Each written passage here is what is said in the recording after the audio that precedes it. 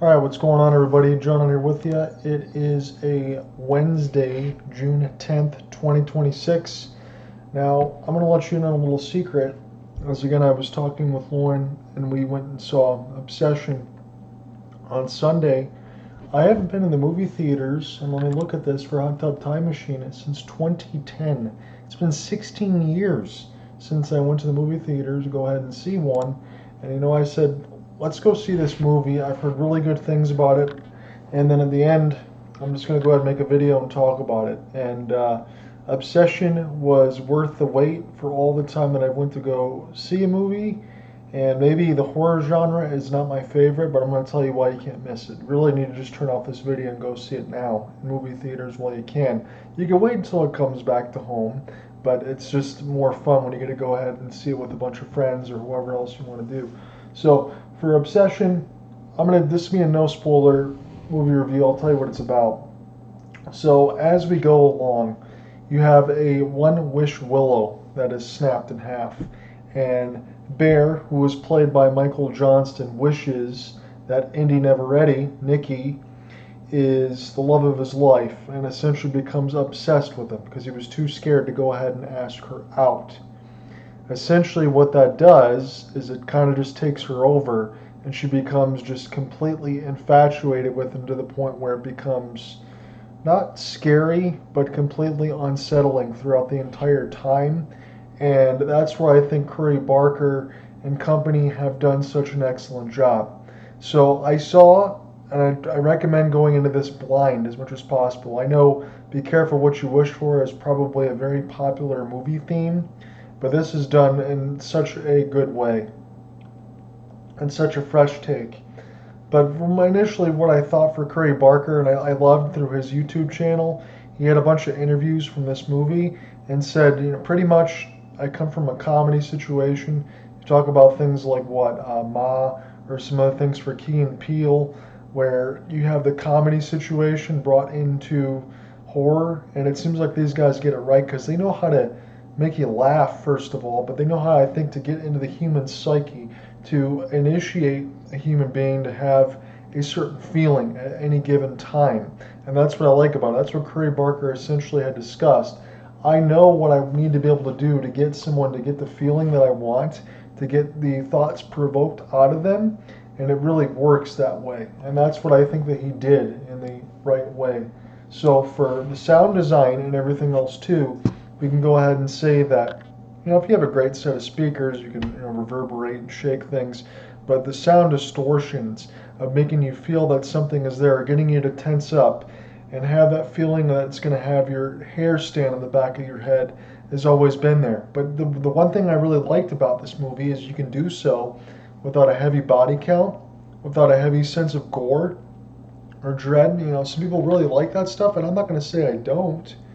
But I really like the situation that Obsession is because it makes you never really take yourself out of the experience.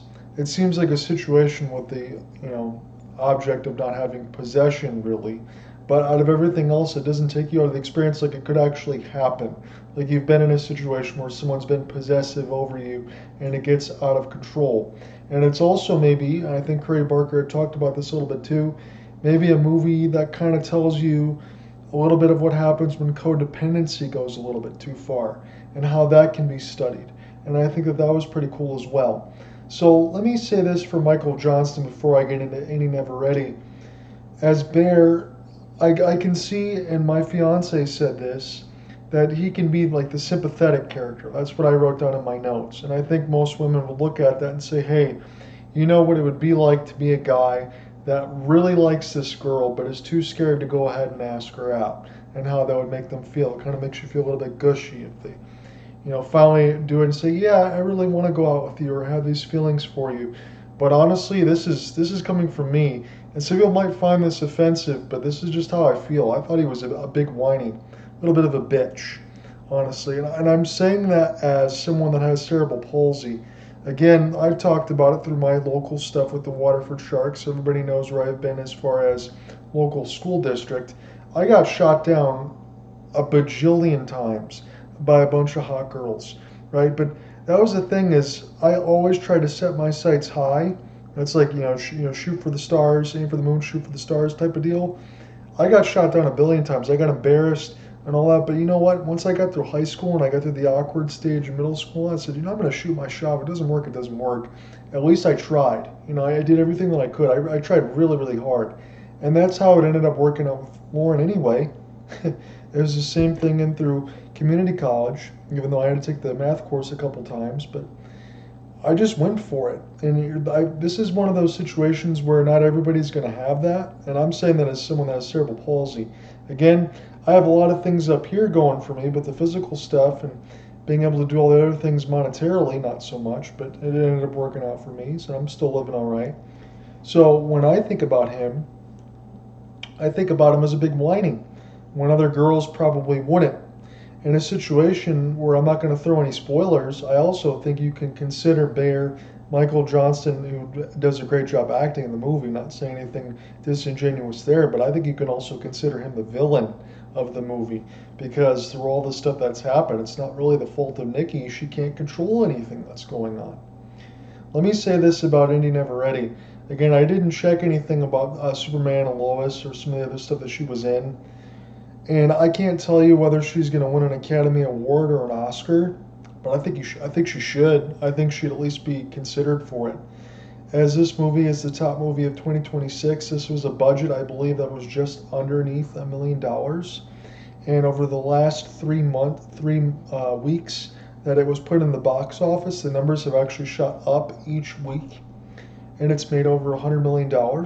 And I think that kind of tells you that word of mouth and everything else is great. YouTube and all that's kind of worked out for Curry Barker and everything else that he's done.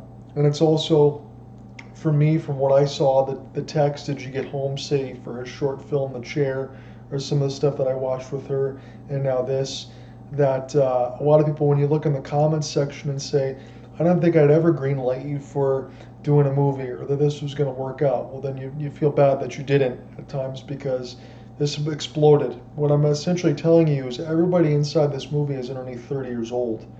So the creativity trajectory of all these guys are going to end up shooting up, up, and up. And Inde Navarrette is one of those that I think was a tremendous actress.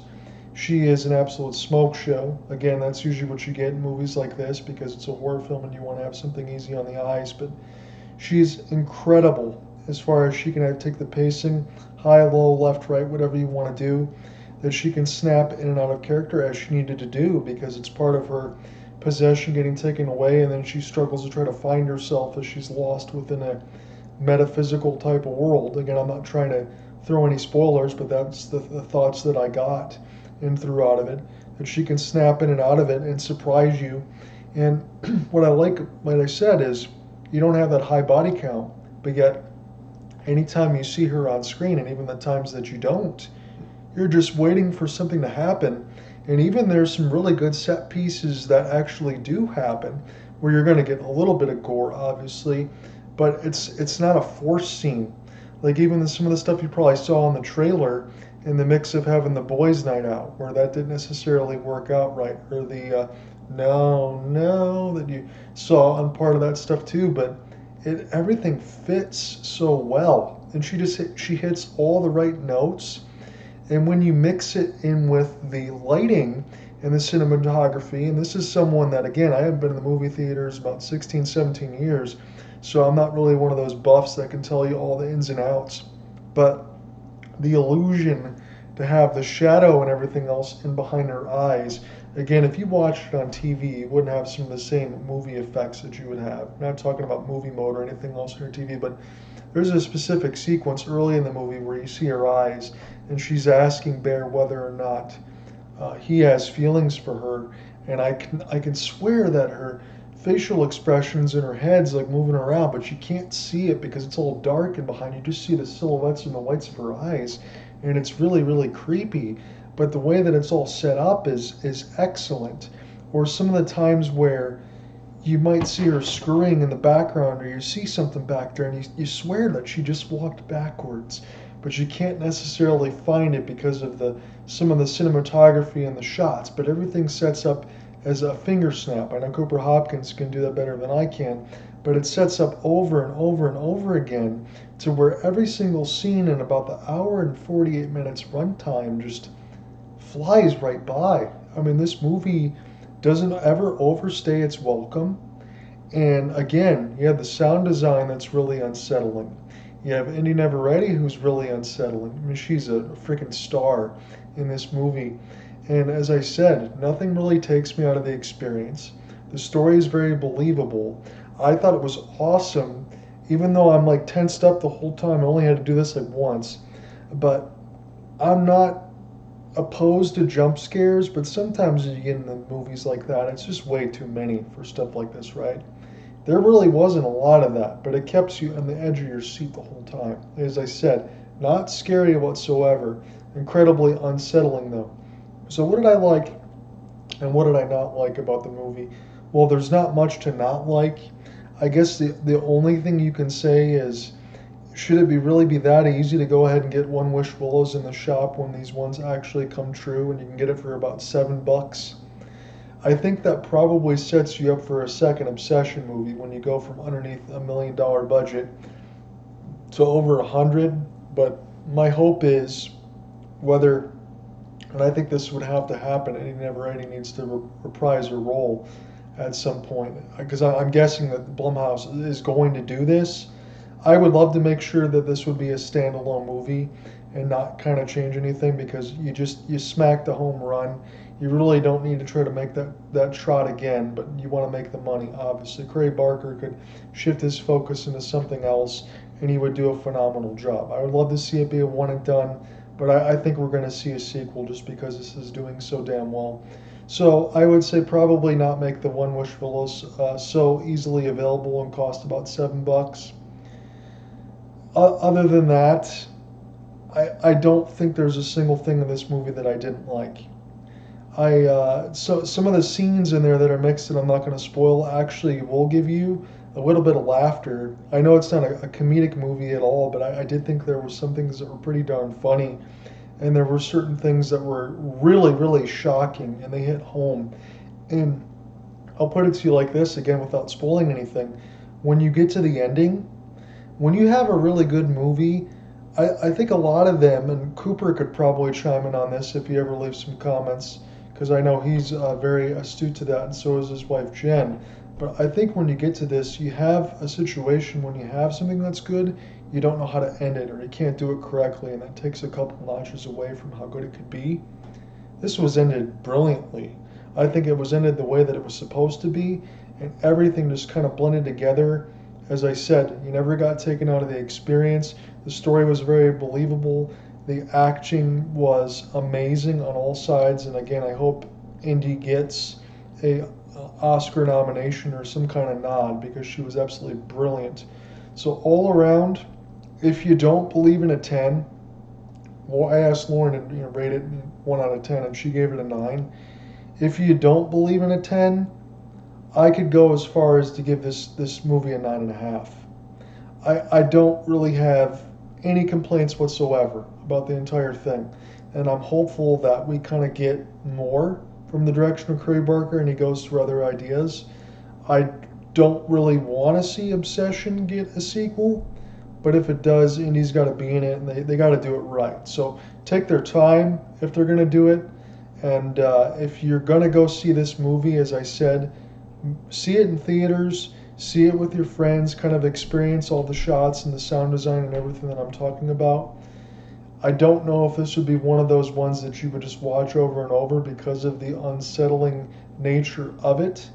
But I will say this, if they do add a couple of extras and they throw some other things in there behind the scenes, I'd probably even pick this up so I can watch it on my TV and see what ends up happening from that. So highly, highly recommend.